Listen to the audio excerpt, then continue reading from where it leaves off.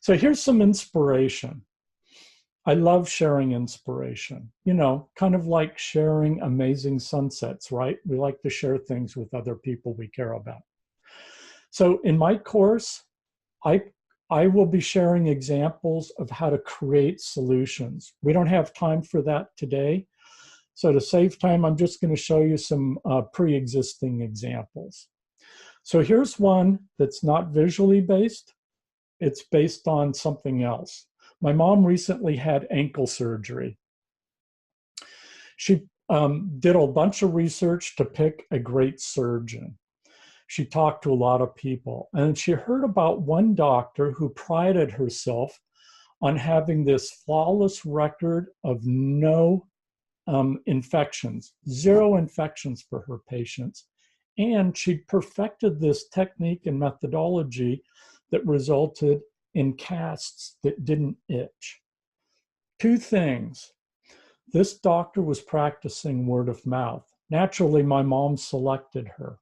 But here's the other thing that this doctor did. After my mom discovered that she didn't get an infection, and sure enough, she didn't have the usual itching problems that she had, you know, in the past when she had to wear a cast. But the other thing this doctor did that set her apart and made her different was that she followed up multiple times after the surgery and office visits with phone calls to check in.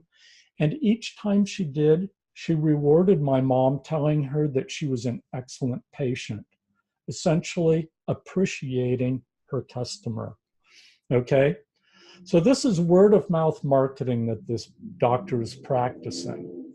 Word of mouth marketing is the most affordable marketing you can do, and it happens to be the most powerful and effective. Why? As you can see from this chart, the most trusted form of advertising are personal recommendations that people give to each other, referrals. All right? So why does it work? Well, these are the best practices. It keeps a solution simple and self-explanatory. So if you can describe your product or service, whatever you do, simply enough and memorably enough, you have already started it on the path of being an effective word of mouth marketing opportunity. Secondly, if it can be iconic in that way, it's even more memorable and it has even greater viral potential for it. If you add a twist to it, you know, there was this restaurant I used to go to, and the restaurant owner would fold a part of the receipt into an origami animal shape. And it just was kind of like a fun, really memorable way to receive your receipt at the end of the meal. And just kind of a fun twist that always made it memorable. And then lastly, of course, like my mom's doctor, showing appreciation. All of these factors will motivate people and make it easier for them to spread the word about what you do and deploy word of mouth marketing. Okay, now I want to go through and break down some other very successful marketing programs, some of them that I was involved in. So this is marketing material from a past client, a traditional landscape designer who wanted to work at home and also solve a problem she noticed in her neighborhood and lots of other neighborhoods where people couldn't afford a professional designer, but they wanted to have a better looking yard. So she used Google Maps photographs, you know, from satellites, combined with people going online and making some of their own design choices, and would send them a week after they completed this online form the set of plans where they could install their own garden, right? So what you see here in this direct marketing piece that they would receive in their mail is a mailer, and it had an iconic identity to it. There's a unique offer focused, you know, on Chula Vista, California. Now you can get a custom garden designs in a week. It's simple online. There's a simple do-it-yourself process that's laid out on the front of this postcard. and it invites you to go online and try it. At the bottom, there's a lovable outcome that's depicted. And we used this photo of this house that was very typical for the neighborhoods we did the mailing to. So that was one example of thinking iconically for a small business. Here's another one that I love. This is from San Francisco. This was not a client. I just happened upon this and was so impressed. So I saw this ad and I said, who are these people? What do they do? But I'm intrigued. SF Insiders, right? They have this iconic name, very easy to remember. They also have this empathetic pitch. They provide strategic collaboration. They give you a competitive edge. They become your insider for what you're looking for. But I still don't know what they do.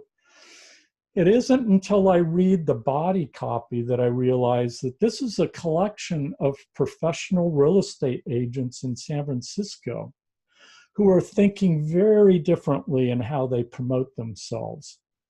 So they have the world's most atypical real estate ad that I've ever seen.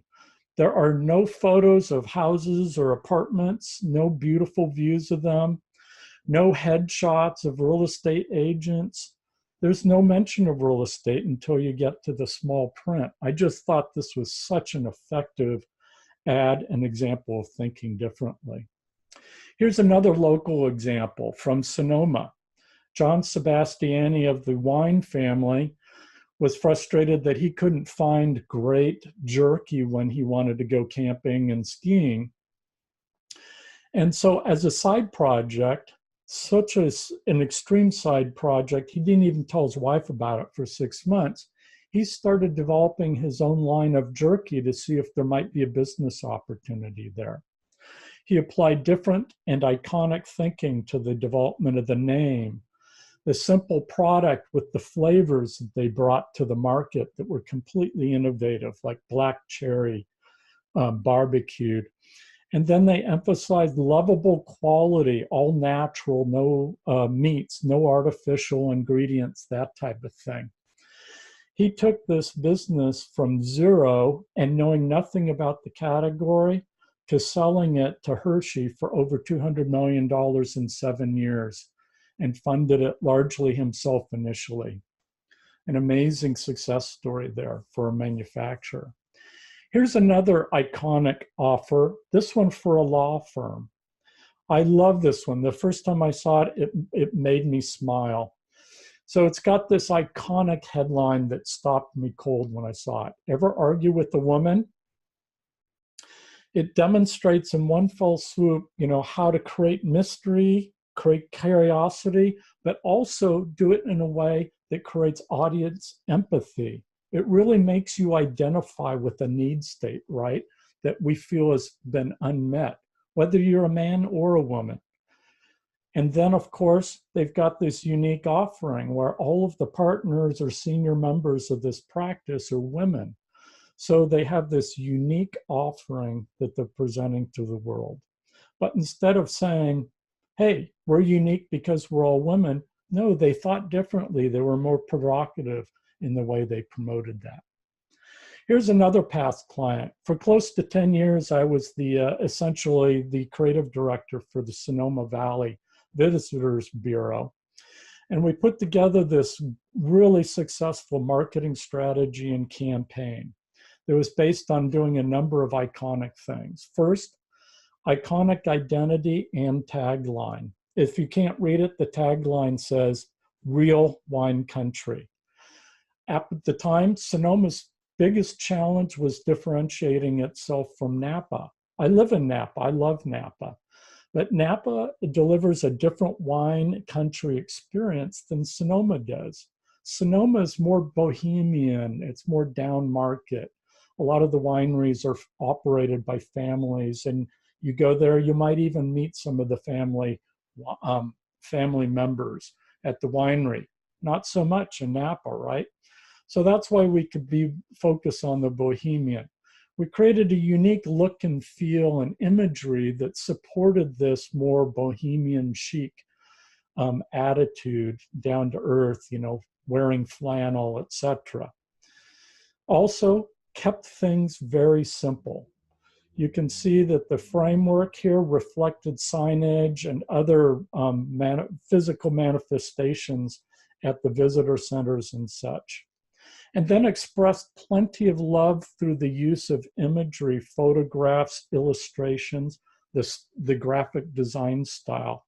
Very approachable and friendly and down to earth, as well as very empathetic ads. You notice it's not about promoting Sonoma as a destination. It's about providing a gift to the viewers of these advertisements. Hey, you want a wine country information guide? Here's how you can get one. We'll save you the trouble. Okay, very successful program. Grew their tourism visitation between 22 and 30% each year for those 10 years. So here's another example in the food service category. I love this ad from Mary's Pizza Shack. They have this iconic identity. You know, it's very homegrown, has that kind of look and feel to it.